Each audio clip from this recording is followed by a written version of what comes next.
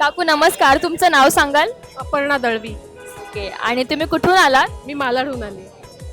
तुम्हाला GW खामकर मसाल्यांबद्दल कुठून कळालं? आम्ही यूट्यूबवरती एक ॲड पाहिली, त्याच्यावरून आम्हाला समजलं की इथे खूप उत्कृष्ट दर्जाचे आणि चांगल्या प्रतीचा मसाला बनवून मिळतो आणि याचे घरगुती टाईप बनवून मिळतो, हे विशेष आहे. ओके. आणि तुम्ही आता कुठला मसाला इथे बनवायला दिलाय? मी मालवणी मसाला बनवायला घेतला आहे.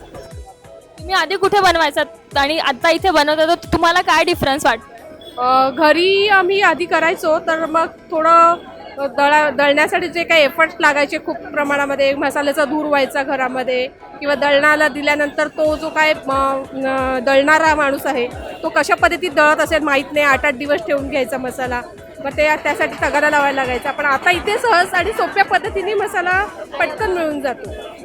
आणि आता इथे तुमच्या डोळ्यांसमोर ते मसाला बनवताय, तुम्हाला मिरच्या पण चूज करायला ते हेल्प करतं, तर तुम्हाला काय वाटतं याच्याबद्दल?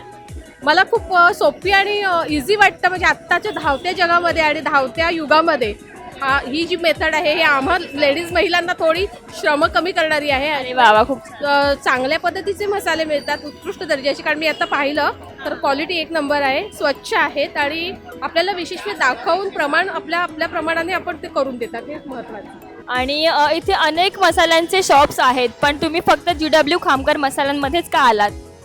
हा अतिशय महत्त्वाचा प्रश्न आहे. मला असं वाटतं की इथे जी मिळणारी सर्व्हिस आहे ही सगळ्यात महत्त्वाची आहे आणि क्वालिटी, सर्व्हिस आणि कस्टमाइज प्रमाणे करून देतात आणि याशिवाय थोडं रिलॅक्सेबल वाटतं.